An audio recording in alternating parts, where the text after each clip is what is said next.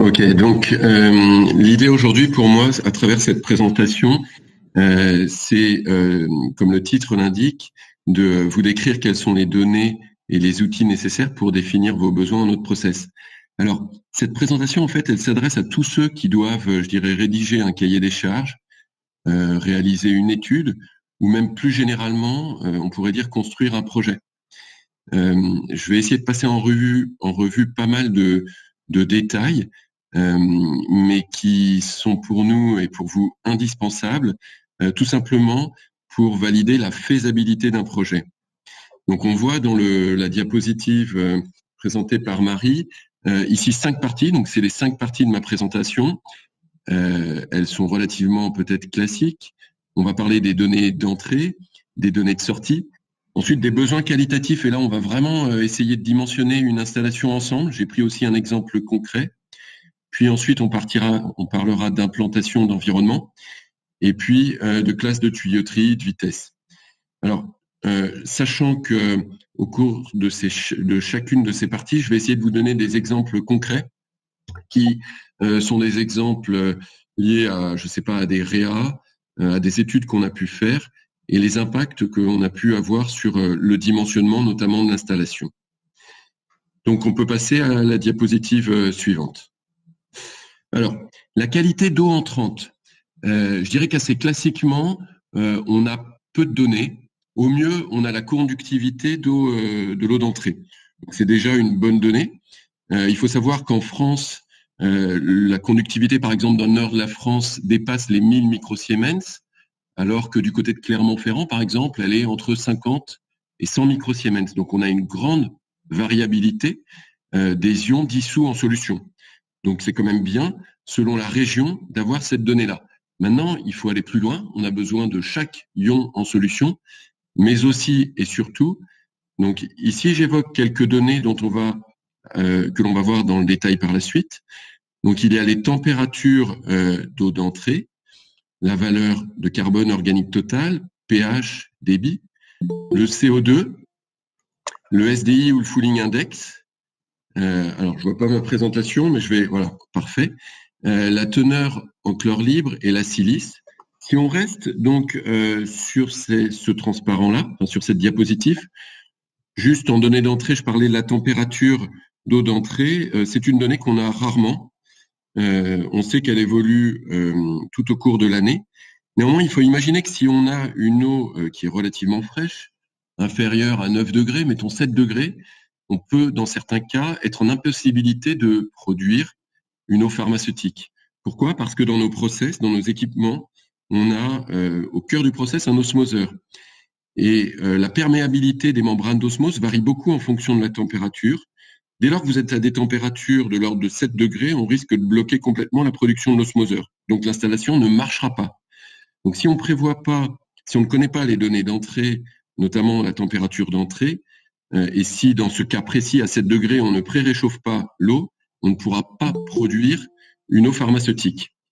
À l'inverse, on peut constater, notamment durant les étés, dans les périodes de forte chaleur, sur certains sites, on peut dépasser les 20 degrés. On sait que 20 degrés, c'est une température critique pour le développement de la bactério. Dans ce cas-là, il faudra refroidir notre installation. Voilà, donc c'est un exemple sur les températures. Je cite le pH aussi, c'est rigolo. On a régulièrement des cahiers des charges qui évoquent le besoin d'analyser le pH. En réalité, on n'a pas forcément besoin de l'analyser en ligne.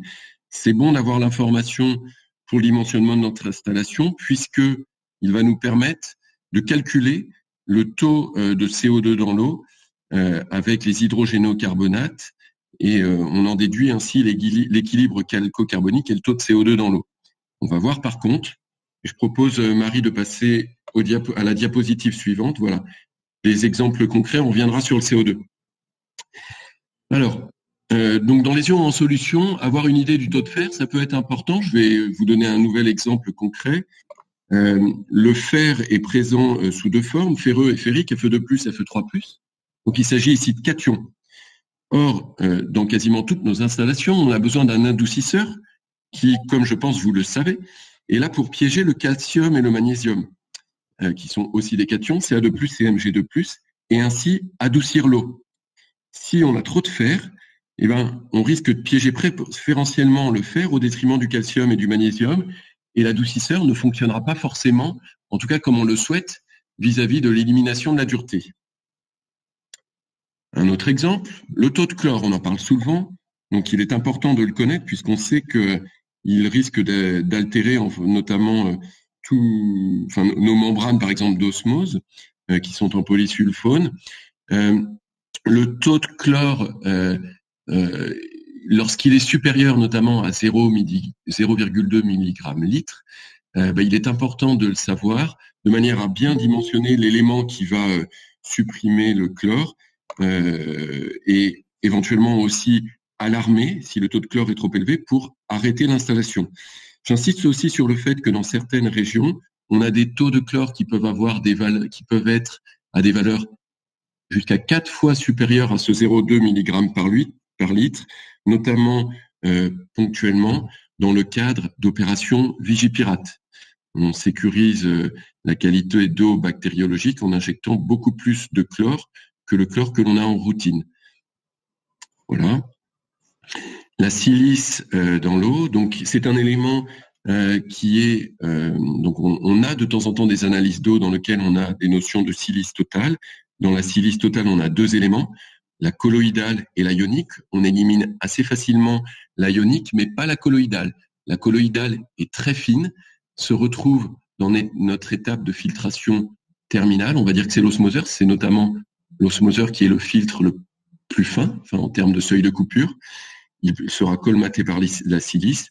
Il faut donc prévoir un pré-traitement adapté. On pourra en reparler par la suite dans le cadre des questions-réponses. La valeur de cote dans l'eau, donc le cote, c'est le carbone organique total. Il peut être, s'il est élevé, un reflet de la bactério en ligne dans l'installation. Et c'est aussi souvent, il est aussi constitué de particules très fines, donc il peut être très colmatant. Il est important de le connaître puisqu'on nous demande aussi des valeurs en sortie inférieures à 500 ppb, donc il est important de connaître la donnée d'entrée. Enfin, le SDI ou encore Fouling Index, c'est un test en fait que l'on peut effectuer sur le terrain sur une membrane de 0,45 microns. Plus cette membrane se colmate rapidement, plus on a d'éléments fins colmatants. Si ce SDI ou en tout cas ce test conclut qu'on est à une valeur supérieure à 3, cela signifie qu'on a une eau qui est relativement colmatante pour notre osmoseur. Enfin, le CO2, donc le CO2, lui, ne va pas colmater notre équipement. Néanmoins, c'est un gaz qui est un très fort marqueur de la conductivité, sachant qu'on veut obtenir souvent des valeurs inférieures au micro-Siemens en sortie. Il est bon de supprimer ce gaz. Donc, connaître sa valeur via son pH, via les hydrogénocarbonates, est très importante. On peut passer maintenant à la qualité d'eau de sortie. Donc, on a vu les données d'entrée. Maintenant, les qualités d'eau de sortie, je dirais qu'en pharma, pour faire simple, on les connaît relativement bien puisqu'il s'agit principalement, pour n'en citer que deux, de l'eau purifiée et de l'eau PPI, pour faire simple. Ce sont des eaux normées. Donc là, on parle vraiment d'eau normée pour lequel on a des référentiels que l'on appelle des monographies. On va pas parler d'eau type osmosée parce qu'une eau osmosée, par exemple, c'est une eau issue d'un process.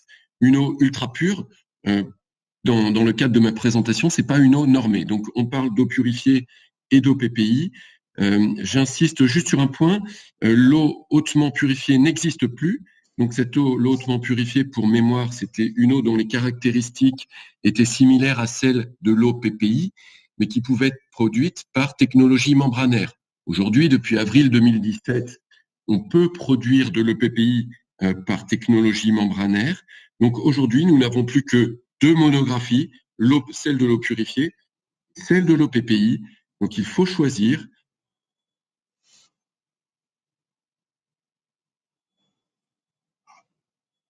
L'eau purifiée de monographie. Voilà, on va entrer maintenant dans la partie dimensionnante de l'installation. Alors, avec les besoins donc quantitatifs. Alors, Comment déterminer les besoins quantitatifs? Donc là, on part de ce que j'appellerais les données de sortie. On va donc vers les équipements qui sont dans l'usine pour connaître les réels besoins. Donc, je dirais qu'une des étapes consiste, pour simplifier, à partir des plus gros consommateurs. Donc, les consommateurs dans un laboratoire pharmaceutique peuvent être des cuves, des préparatoires. Certains peuvent avoir des gros débits. Il y a les NEP aussi, les stations de nettoyage qui ont des gros débits, parfois des grosses machines à laver. Par contre, un évier qui va consommer 300, 600 litres heure n'est pas un équipement pour lequel il va falloir se préoccuper en priorité. Il faudra le faire, mais dans un second temps. Donc, on recherche les plus gros consommateurs. On essaie de comprendre quelle est la consommation journalière pour pouvoir dimensionner ainsi notre producteur et notre stockage.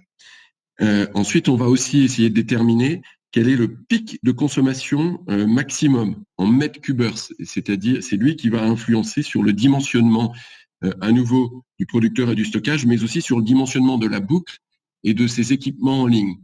Et là, je vous propose donc un exemple concret dans les deux diapositives qui suivent pour voir en fait l'influence du dimensionnement de l'ensemble d'une installation stockage, distribution par rapport au fait que l'on puise en simultané avec nos deux puisages ou que l'on puise l'un après l'autre sur nos deux puisages. Donc l'installation présentée ici ne comporte pas de producteur.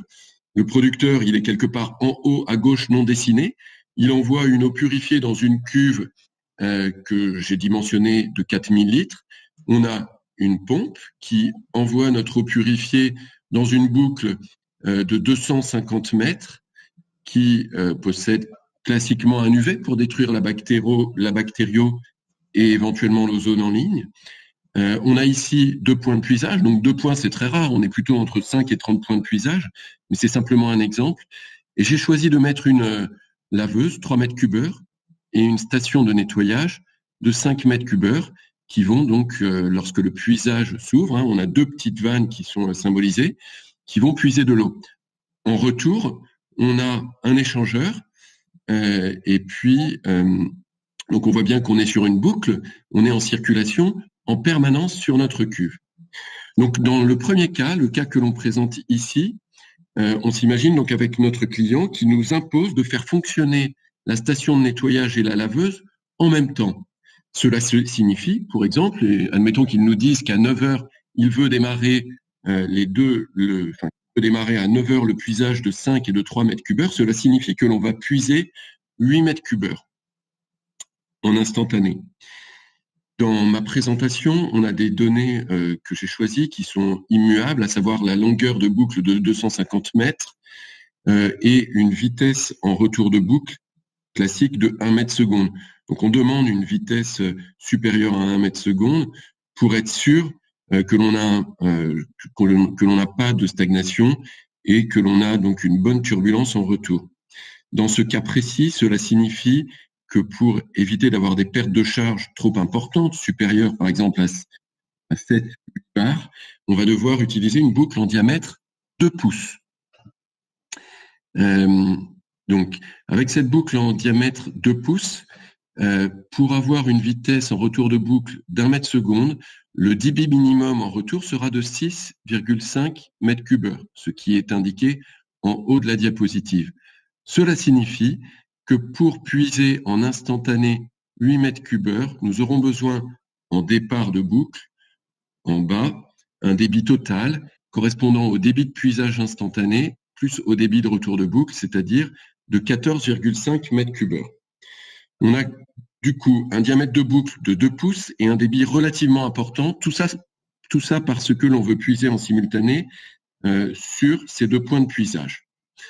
Dans le deuxième cas, donc on peut prendre la diapositive suivante, on arrive à discuter avec notre client et lui dire, écoutez, est-ce que vous ne pouvez pas faire un nettoyage de 9 à 9h30, une NEP, on sait que ça fonctionne à peu près pendant 30 minutes, et ensuite seulement, de 9h30 à 11h, vous ferez, de 9h30 à je ne sais quelle heure, 10h30, mais consécutivement, vous ferez le nettoyage sur votre laveur. Dans ce cas-là, c'est très différent. Ça veut dire que le puisage instantané, le plus important, ce sera celui de la NEP. Donc, on est à 5 mètres cubes heure. On peut ainsi diminuer le diamètre de notre boucle, puisqu'on a moins de puisage instantané. Donc, on a moins de perte de charge. Donc, on peut partir sur un diamètre plus petit. Si on peut partir sur un diamètre plus petit en retour de boucle, pour obtenir nos 1 mètre seconde, on aura un débit qui sera aussi inférieur, quasiment moitié moindre. Cela signifie du coup aussi qu'en départ de boucle, je rappelle, le débit que l'on choisit, qui est la somme du débit de puisage instantané plus de celui du retour de boucle, sera lui aussi nettement moindre. Voilà. On peut passer à la diapositive suivante. En conclusion de cet exemple, ça nous permet quoi? Ça nous permet sur un exemple de boucle de 250 mètres de baisser, alors pas tout à fait d'un diamètre, mais on passe de 2 pouces à 1,5 pouce, donc de baisser de baisser le diamètre de la boucle, donc de réduire le coût de la boucle, de réduire aussi le débit max de la pompe, on l'a quasiment diminué par 2. Donc ici, on y gagne en CAPEX, mais aussi en OPEX, puisqu'en électricité, on consommera moins. On diminue aussi l'ensemble des équipements qui sont en ligne. Les UV, les changeurs, c'est quand même relativement important, dans certains cas l'ozoneur. Vu qu'on puise 5 mètres cubes heure au lieu de 8 mètres cubes, on peut aussi intuiter, comprendre que la cuve tombera moins facilement en niveau bas. Ça veut dire quoi? Ça veut dire qu'on peut la dimensionner, avoir une cuve, par exemple, un petit peu plus petite, ou alors de compenser avec un producteur qui sera, lui, un petit peu plus petit et qui aura besoin d'un débit instantané moins grand pour approvisionner la cuve et, du coup, compenser le puisage instantané important. Voilà. Donc, en tout cas, si on peut aussi résumer cet exemple, on s'aperçoit que le producteur, le stockage et sa distribution sont intimement liés, mais pour bien les dimensionner, il faut impérativement connaître les équipements que l'on a au bout de la chaîne et travailler avec les producteurs, le responsable de production, pour pouvoir déterminer le dimensionnement de notre équipement. Et on va voir avec un petit peu plus de détails, après cet exemple, on peut passer à la diapositive suivante. Donc, comment on réalise justement, comment on détermine l'épuisage de chaque équipement et le besoin à travers ce que tout le monde connaît, un chronogramme de puisage, mais une fois de plus, pour moi, je considère que c'est l'outil de base. On ne peut pas travailler sans ça, même pour un budget, sinon on va construire 10 installations différentes. C'est une perte de temps pour tout le monde.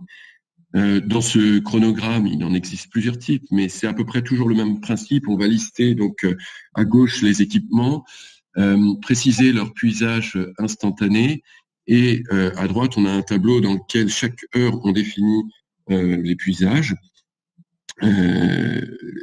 On fait la somme par heure donc du puisage instantané. Dans notre cas, on voit que le puisage instantané max est de 5,18 mètres cubes heure, alors que finalement, au total, on a une conso quotidienne qui est seulement de 2 mètres cubes heure.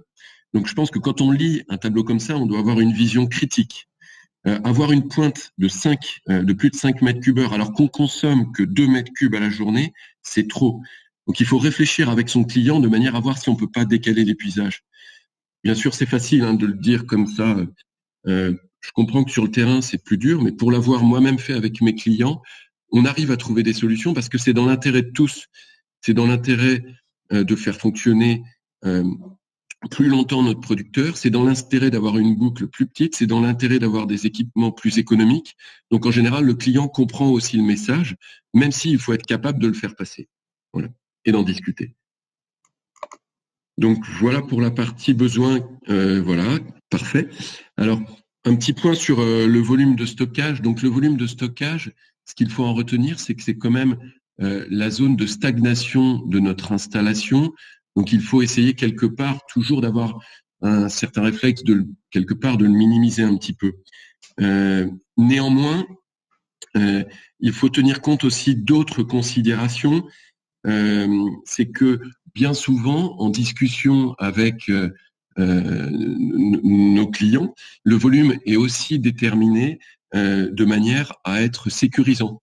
Par exemple, pour qu'en cas d'intervention de maintenance sur le producteur qui est en amont de l'installation, on puisse continuer à fonctionner un petit peu avec un volume sécurisant en cuve.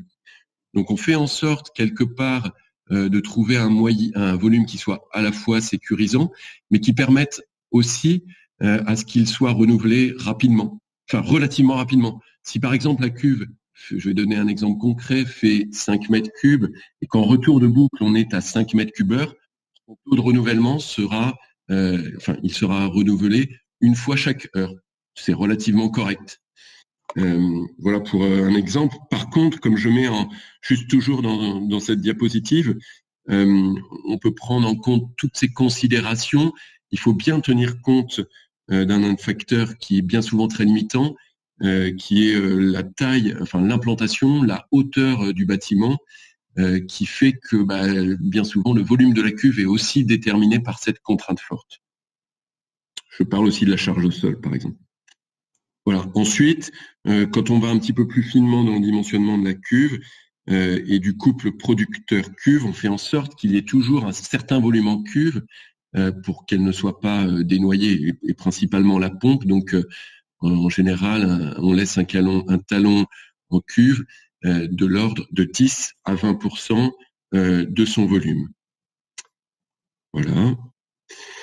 Ensuite, donc, il y a les contraintes d'encombrement. Donc ici, c'est un exemple d'une installation qui est dans un espace relativement exigu. On a un petit producteur, alors chez nous, un producteur qui s'appelle le Yonpro, qui est particulièrement compact. C'est vraiment son avantage lorsqu'on a très peu de place.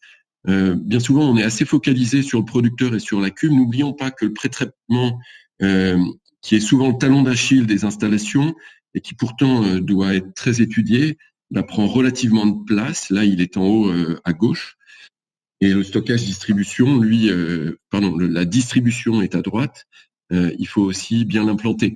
En termes de retour d'expérience, on arrive rarement à faire une installation complète avec production, stockage, distribution, avec une surface de moins de 30 mètres carrés. Enfin, je dirais 25 à 30 mètres carrés. Ça dépend forcément un petit peu du débit d'installation. Néanmoins, on arrive vite à des surfaces de 30 à 50 mètres carrés. Voilà. Alors, ne pas oublier dans les contraintes d'encombrement et de l'ergonomie les accès de chaque côté de l'installation et notamment du skid de production. Pour un osmoseur, avec des membranes de 8 pouces, on a par exemple besoin de dégagement si les tubes pression sont horizontales d'1 mètre de chaque côté. On a besoin aussi de tourner autour de l'installation pour la maintenance. Donc je dirais que sur un skid, il faut à minimum pouvoir tourner autour de 2 voire 3 faces et idéalement les 4 faces du skid. Ne pas oublier de tenir compte du fait qu'il va falloir pouvoir ouvrir les portes de l'armoire électrique. Ça paraît tout à fait normal, mais c'est vraiment des points qu'il est important d'étudier dans l'implantation. Donc ne pas oublier la hauteur au-dessus des cuves, par exemple pour les évents, pour les trous d'hommes. Et puis voilà des choses. Alors ne pas oublier la palette de sel. C'est marrant, cette présentation, je l'ai déjà faite, je l'ai déjà un petit peu modifiée. Je disais déjà ça il y a quelques années. Dernièrement, on a eu un projet qui a été complètement arrêté parce que à nouveau ça avait été complètement oublié et la palette de sel qu'on arrive en général à caser, même si on l'a oublié, s'est transformé en un silo à sel, donc finalement qui était impossible de loger nulle part. Et le projet a été réellement arrêté. Voilà pour les contraintes d'encombrement. Je vais passer brièvement sur les classes de tuyauterie pour tenir le timing. Alors, ce qu'il faut juste retenir, c'est que c'est quand même bien de le définir dans votre cahier des charges parce que on se dit on le fera après, mais en fait, ça change aussi un petit peu le dimensionnement. Donc, en pharma, on travaille avec du SMS, de l'ISO et de l'ASME, principalement sur les 2 tuyauteries les plus qualitatives que sont l'ISO et l'ASME, en tout cas pour les tuyauteries destinés à des eaux pharmaceutiques. Voilà, donc il y a quelques éléments sur ces normes. J'en parle un petit peu plus dans la diapositive suivante. Alors, pour les utilités grises, on peut utiliser de l'ISO sans rugosité, du SMS. On utilise sur les eaux purifiées, nous aussi, du SMS. Alors, ça dépend un petit peu du budget, mais du trié et tracé avec de la rugosité inférieure à 0,8. Un petit peu plus classiquement, de l'ASME et de l'ISO, qui peuvent se présenter sous différentes rugosités et différentes finitions. Ce qu'il est bon de savoir, c'est que l'ASME est une norme qui est internationalement répandue, donc très courante, alors que l'ISO, je dirais, est plus européenne, voire franco-française. Dans tous les cas, ce sont deux tubes de qualité très employés dans notre domaine en pharmacie, avec une grande qualité et qui sont de fines épaisseurs qui se soudent sans métal d'apport. Donc on a une très bonne finition. Voilà pour ce qui est des classes de tuyauterie. Enfin, on parlait dans les exemples que je présentais de vitesse minimum en retour. On parle aussi beaucoup, et c'est très important, de nombre de Reynolds, donc de turbulence en retour. Donc, il s'agit en fait d'avoir dans toute la boucle et sur les parois à l'intérieur de nos tubes, on va dire un impact mécanique de manière à ce qu'aucune bactérie puisse se fixer et qu'il n'y ait le moins possible, moins de possibilités de formation de biofilms. Donc, on est turbulent dans nos réseaux à partir de 2000 Reynolds. Néanmoins, classiquement, on demande d'être supérieur à 20 000 Reynolds. Donc, c'est pas seulement pour se couvrir, mais on imagine bien que l'impact mécanique à l'intérieur du tuyau est supérieur avec 20 000 Reynolds, est supérieur avec 20 000 Reynolds qu'avec 2000 Reynolds. Sinon, par convention, on admet aussi classiquement des notions de vitesse supérieures à 1 mètre seconde, parfois supérieures à 0,5 mètres seconde, à condition aussi qu'on ait une bonne turbulence. Alors, juste pour conclure, on aurait pu aborder aussi beaucoup d'autres thèmes. Il y a beaucoup d'autres choses dont on peut discuter, de l'ELEC automne, des notions de est-ce que vous avez besoin de la CFR 21 ou pas, est-ce que vous avez besoin d'audit trail, les types de réseaux qu'on va employer. Effectivement, tout ça c'est très important, mais je dirais que tant qu'on n'a pas, vis-à-vis en tout cas de nous, traiteurs d'eau, qu'on n'a pas pu voir les points précédents, on n'est pas à même, à mon sens, de définir notre installation et de valider, je dirais, de valider la faisabilité. Donc cette présentation, en conclusion, c'est quelque part un reflet de la fameuse URS que l'on se doit de réaliser et qui peut tenir en 5 à 10 pages et pas obligatoirement, je dirais, 10, 20, 30, 40 documents comme on peut de temps en temps recevoir. Même si on a tous ces documents, ce serait très bien d'avoir un document synthétique d'une dizaine de pages et en tout cas, ça nous permettrait d'aboutir à un chaînage process assez facilement et d'en discuter tous ensemble. Voilà en tout cas pour ma présentation. Alors, donc ensuite c'est général. Veolia est réparti donc sur l'ensemble du territoire. Je fais partie de la division, du pôle commercial, on va dire, au même titre que Frédéric Furman, Paul Dos Santos, Frédéric Lebouquin et Isabelle Rennes, que vous pouvez contacter pour toute demande. Voilà. Je suis à votre disposition et je dirais que nous le sommes, y compris les personnes que je viens de présenter, pour répondre à vos questions, aussi diverses qu'elles soient, et même si elles s'éloignent éventuellement un petit peu de la présentation, il y a aucun problème.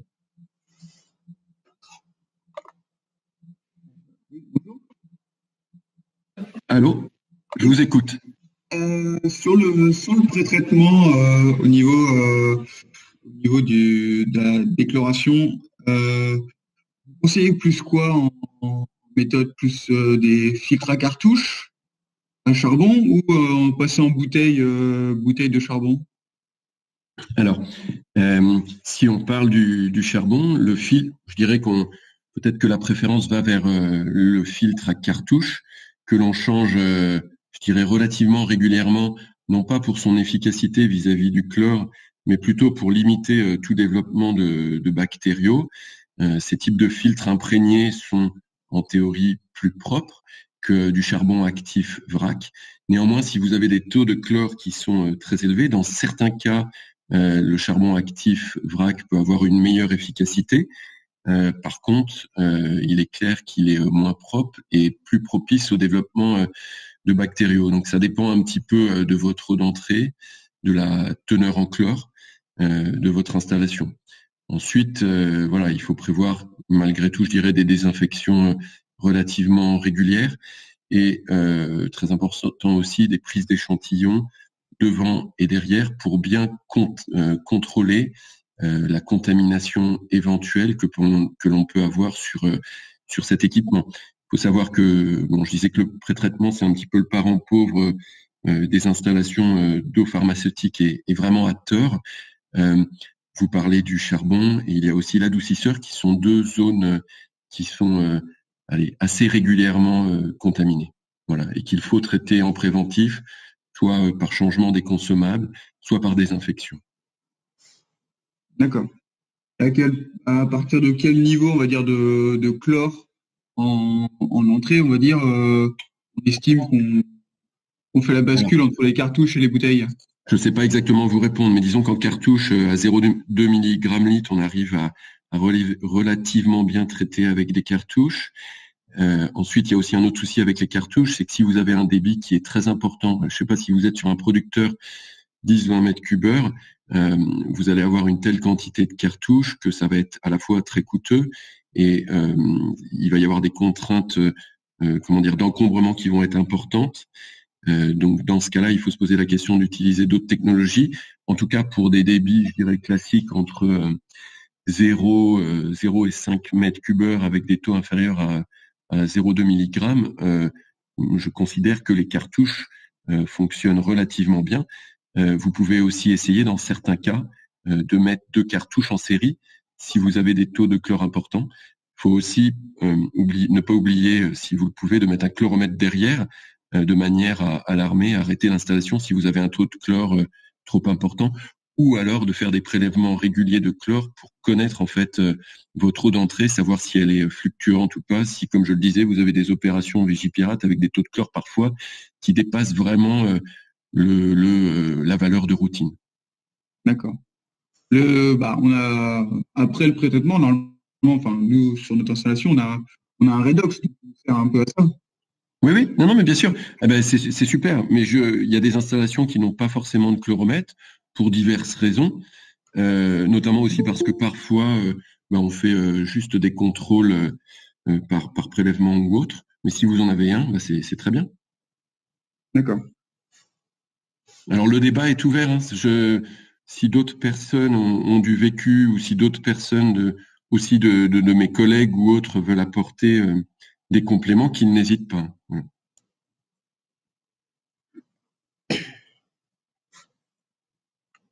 Oui, ce que je voulais ajouter, c'est qu'au niveau de la déchloration, vous avez raison, c'est le gros sujet parce qu'aujourd'hui, il n'existe pas de technologie en fait qui présente que des avantages.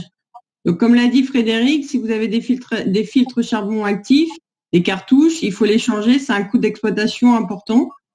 Le charbon actif en vrac, effectivement, en pharma, ça peut poser des problèmes aussi s'il y a des analyses bactériaux qui sont faites derrière. Après, on voit des installations avec des injections de bisulfite, de métabisulfite de sodium, pour également éliminer le chlore libre. Le problème de cette injection, c'est qu'elle doit être maîtrisée. Si le produit est injecté en excès, on risque aussi de donner des nutriments aux bactéries sur les modules d'osmose. Donc, on risque de développer un biofilm. Donc, dans le cas d'une injection de métabisulfite, il faut vraiment contrôler l'amont et l'aval pour injecter ce qu'il faut et pas en excès. Et enfin, il existe aussi des systèmes d'UV de déchloration qui permettent, pour une teneur en chlore d'eau d'alimentation de 0,3 ppm, d'obtenir un abattement de 99% au niveau de la déchloration. L'avantage de cette UV, c'est que vous n'avez pas de produits chimiques, vous n'avez pas de problème de contamination, mais le gros inconvénient, c'est le coût d'investissement, puisque effectivement, ces UV sont dimensionnés à 1500 millijoules. Donc, par rapport à un dimensionnement habituel pour la désinfection à 40 millijoules, donc vous voyez bien que l'impact est important. Donc, il y a énormément de lampes d'UV et du coup, un coût d'exploitation également important. Donc, aujourd'hui, pour résumer, il n'y a pas vraiment de panacée en termes de technologie de déchloration, malheureusement. D'accord. C'est un peu à l'expérience, quoi. C'est, comme l'a dit Frédéric, beaucoup en fonction aussi de votre débit à produire. Parce qu'effectivement, pour des petites installations qui produisent 0,5 m3, si vous voulez, la filtration sur cartouche, c'est quelque chose qui va très bien. Mais quand on est sur des débits à 20 m3, il faut vraiment réfléchir, peser le pour et le contre, parce que c'est vrai qu'à 20 m3 de production, la déchloration sur filtration cartouche, elle n'est pas viable en termes d'exploitation. Enfin, ça va coûter très, très cher.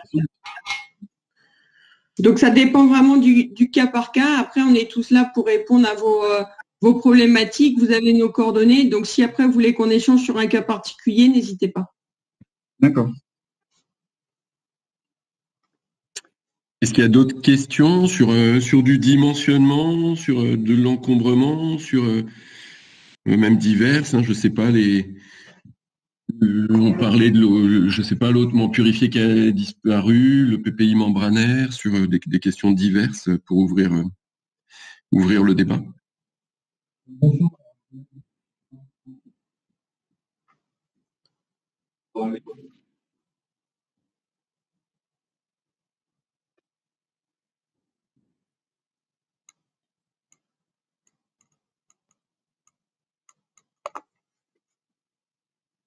Allô, allô.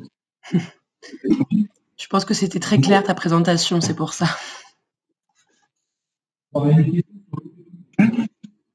J'entends quelqu'un qui parle, mais j'entends pas distinctement s'il s'adresse à nous ou s'il y a une question en particulier. Bonjour, oui, j'aurais une question sur l'OPPI. Allez-y. Alors, sur l'OPPI, pour les membranes, savoir un petit peu comment ça fonctionne et où on est au niveau des qualifs. Alors, l'OPPI pour vis-à-vis des membranes, alors j'imagine que l'idée c'est de parler un petit peu de l'EPPI produite par voie membranaire, c'est bien ça, hein? Oui, c'est ça. Ok, d'accord. Donc, assez récemment, depuis avril 2017, il est possible de prévoir de l'EPPI membranaire.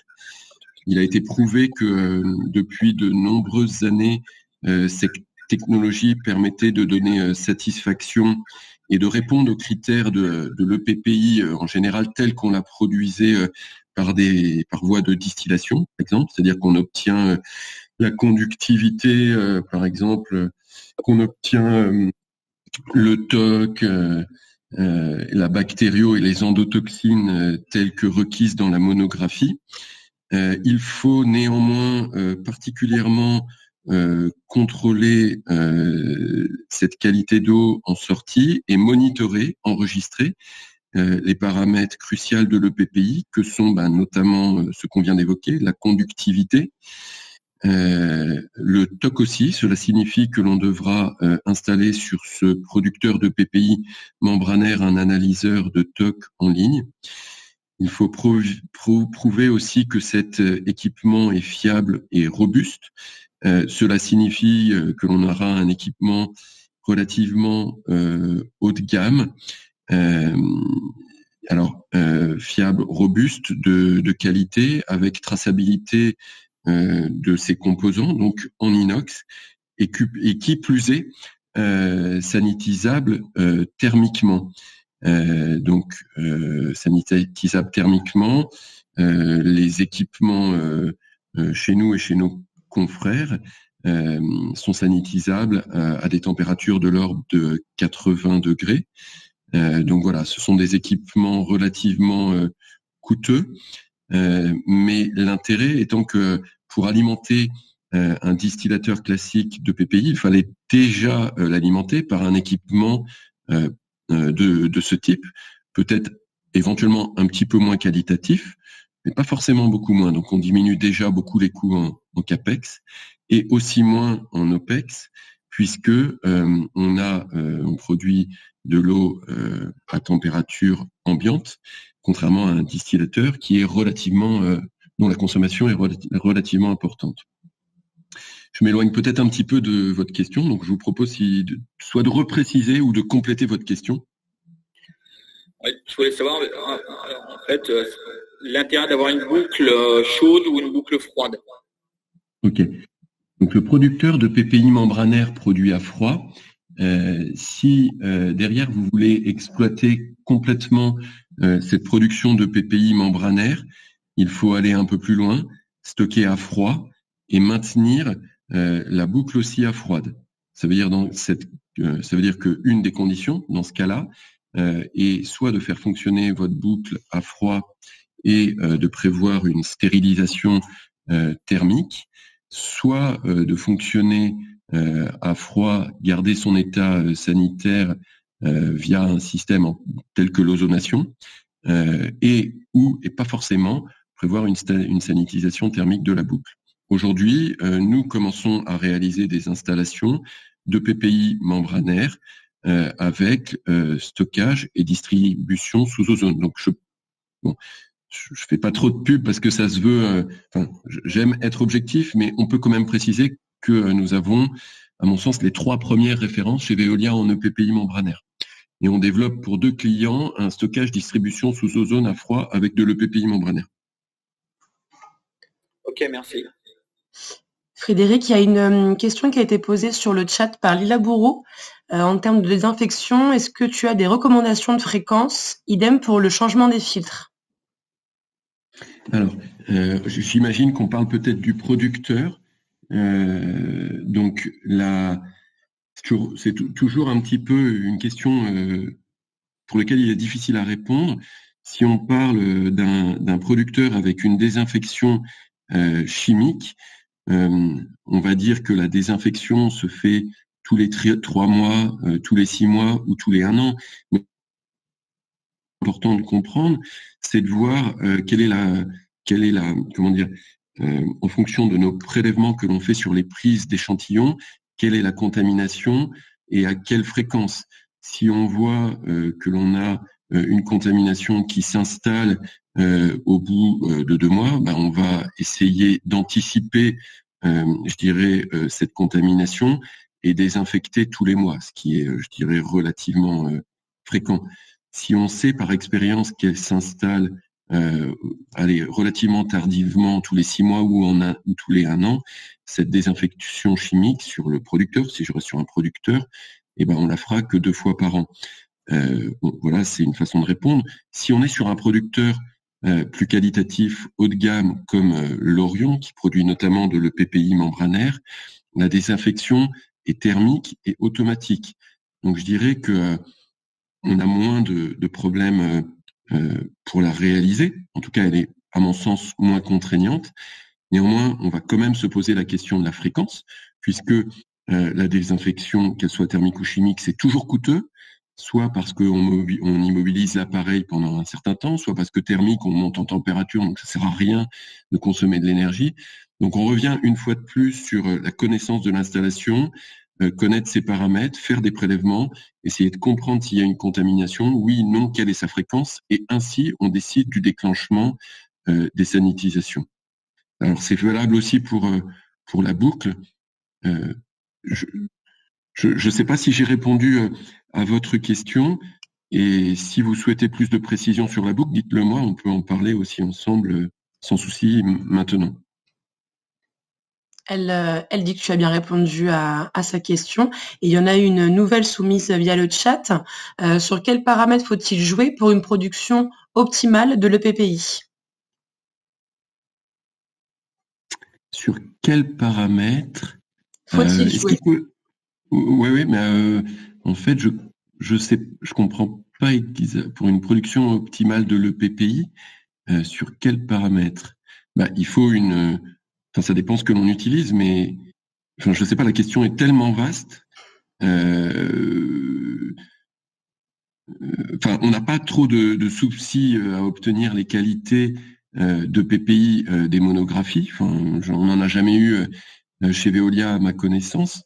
Donc, si on parle peut-être de PPI membranaires, aucun on a prouvé, et ça, nos clients qui ont fait des présentations aussi pour Veolia, c'était très intéressant, ont pu prouver, des gens comme Merck et le LFB, pour ne pas le citer, que l'on obtenait avec des producteurs d'eau purifiée, donc des Orion haut de gamme, des taux, en tout cas, des critères de conductivité, de TOC, d'endotoxines et de bactéries qui étaient bien en dessous des critères de l'EPPI, et donc des monographies depuis des années sur des producteurs d'eau purifiée. Donc je dirais que en partant sur ce même équipement, l'Orion ou un équivalent qualitatif, et en ajoutant derrière une membrane d'ultrafiltration, j'aurais peut-être pu le préciser au début, qui permet notamment de fabriquer de l'EPPI, on arrivera relativement facilement à obtenir une eau en sortie de qualité EPPI.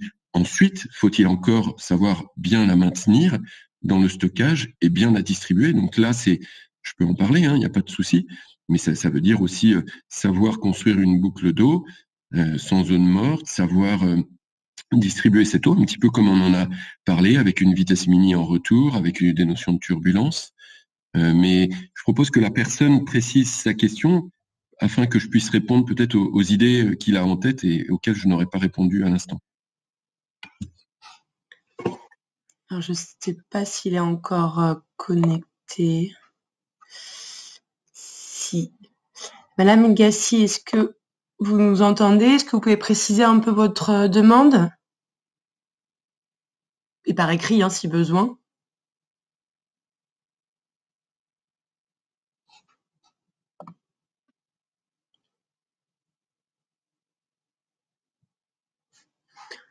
Bon, peut-être pas.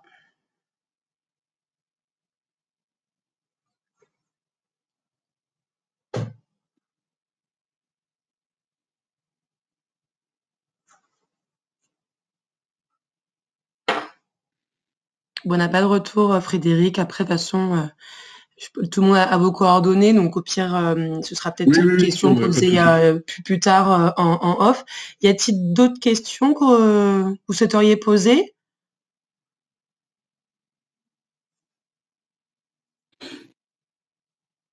Dans tous les cas, donc bonjour. Allez-y. Excusez-moi. Yann Cantaloupe, donc société La Portereau. J'avais une petite question. Vous avez parlé, quand vous avez présenté la production de PPI à froid, vous avez parlé de la qualité d'eau en entrée par rapport, donc je parle vraiment à l'entrée de la phase, la dernière phase, par rapport à la qualité d'eau qu'on met pour un distillateur. J'avais en tête que c'était la même, c'est-à-dire de l'eau purifiée.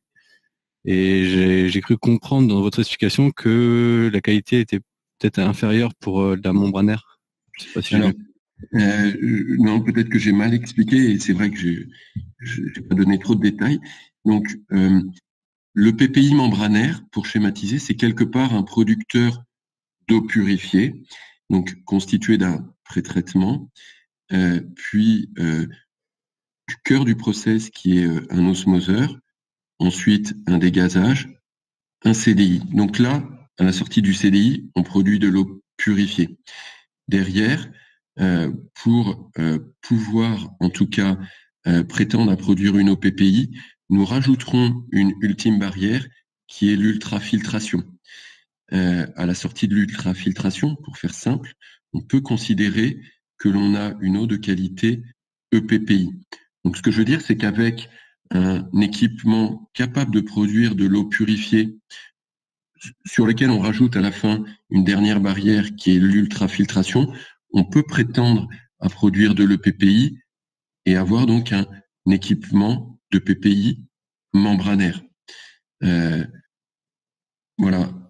Par contre, quand on prenait le cas d'un distillateur, on a d'un côté l'équipement distillateur qui, lui, doit être en plus alimenté via ce producteur d'eau purifiée, vu qu'on doit l'alimenter en eau purifiée, qui est quelque part très proche du premier producteur que je viens de décrire, le producteur d'eau purifiée lui-même, ou de PPI membranaire, sachant que le distinguo, pour faire très simple, c'est pas que ça, mais entre l'un et l'autre, consiste quelque part à rajouter une membrane d'ultrafiltration en sortie.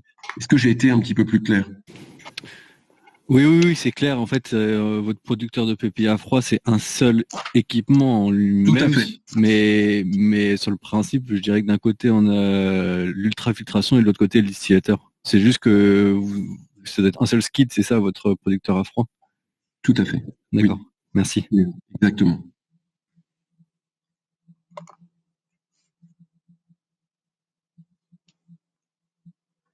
Alors, il y a un des gros avantages aussi dans les projets que l'on a réalisés, c'est que, comme vous le dites, Monsieur Cantalou, on n'a plus qu'un seul équipement, donc en termes d'encombrement, il y a aussi un avantage certain avec la production de PPI membranaire.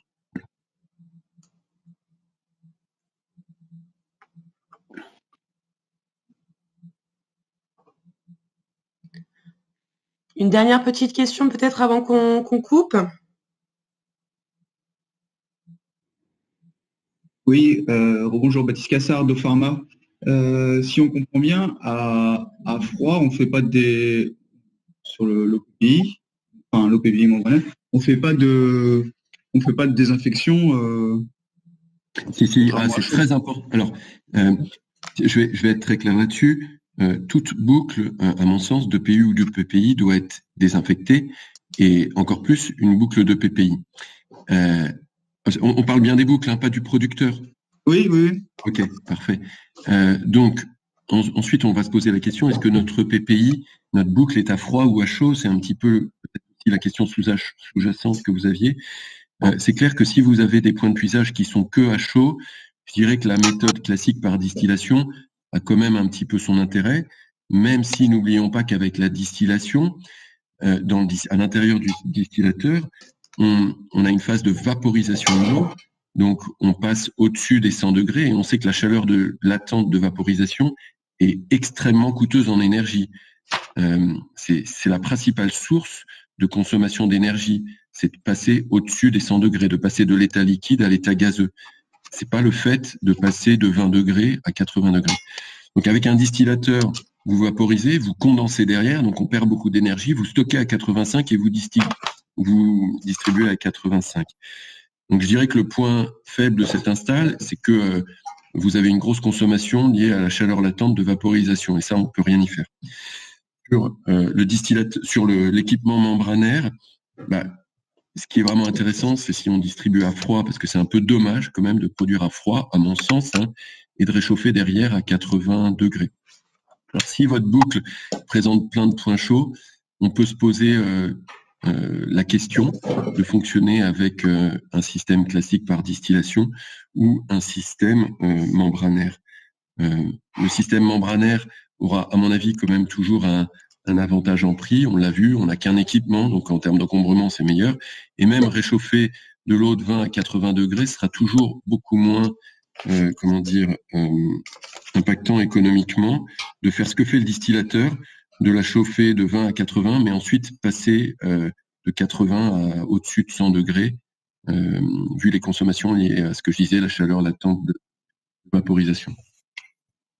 Oui, donc sur le long terme, le membranaire est forcément économiquement plus rentable que le distillateur. À mon sens, oui. Alors on va dire qu'on peut parler de 3 technologies. Donc pour être exact, il y a le membranaire et au sein du distillateur, il y a le multicolonne et il y a le système de thermocompression qui est lui aussi relativement économique. Encore faut-il avoir une caractéristique d'eau d'alimentation qui soit, je dirais, relativement bonne, en tout cas, aujourd'hui, ce que je constate, il y a un engouement fort pour cette technologie membranaire qui est maîtrisée depuis de longues années, y compris chez des clients relativement prestigieux de la pharma. Et voilà, pour être objectif, je pense que le distillateur aura encore de beaux jours parce que Je pense aussi qu'il est peut-être cité dans les autorisations, enfin comme système de production dans des AMM de produits ou autres. Donc on peut peut-être pas forcément chez tous les clients facilement passer d'une technologie à une autre. D'accord, merci.